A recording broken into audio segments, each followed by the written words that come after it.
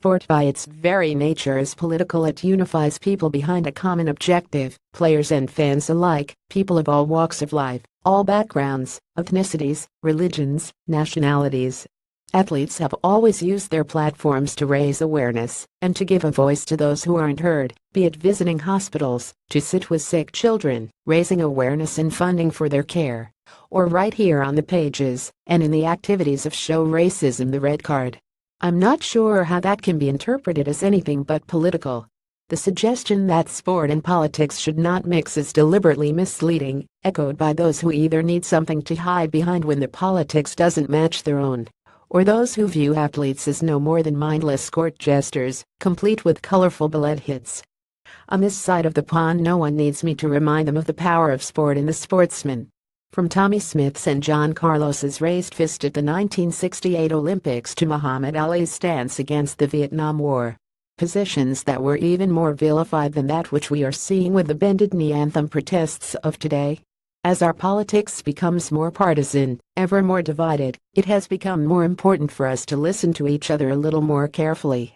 Tough with the noise that comes with every single debate nowadays, it seems, but in an effort to have informed opinions, it has become a must.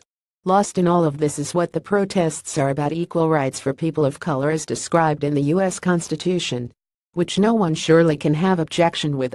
Equally lost is that in his effort to be empathetic in his protest, Colin Kaepernick consulted with a Navy SEAL about how best he could get his message across without disrespecting the U.S. Armed Forces.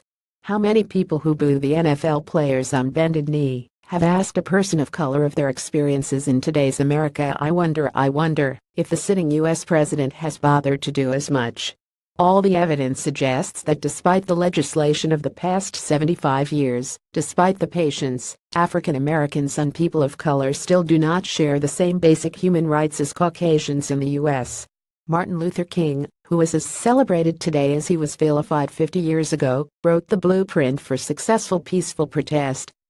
I'll invite everyone to read his letter from a Birmingham jail, please. It is as pertinent today in these protests as it was at the time of writing in 1963. Martin Luther King, in the opening line, chastises his fellow clergymen who described his actions as unwise and untimely. Sound familiar? The words that follow are prophetic, though I'm not sure they were meant to be. Whether the U.S. president chooses to recognize it or not, Colin Kaepernick and those who now join him have and are prepared to sacrifice more than he ever will in recognizing the vision of a perfect union that the Founding Fathers imagined. The question for all of us now, regardless of whether you participate in the protests or not, whether you agree with the protests or not, is what now once the anthem has stopped, once you stand back up, once the cheering stops, what are we doing to make this a perfect union? Colin Kaepernick continues to lead in this regard as well. We can all follow his example, we all share that responsibility.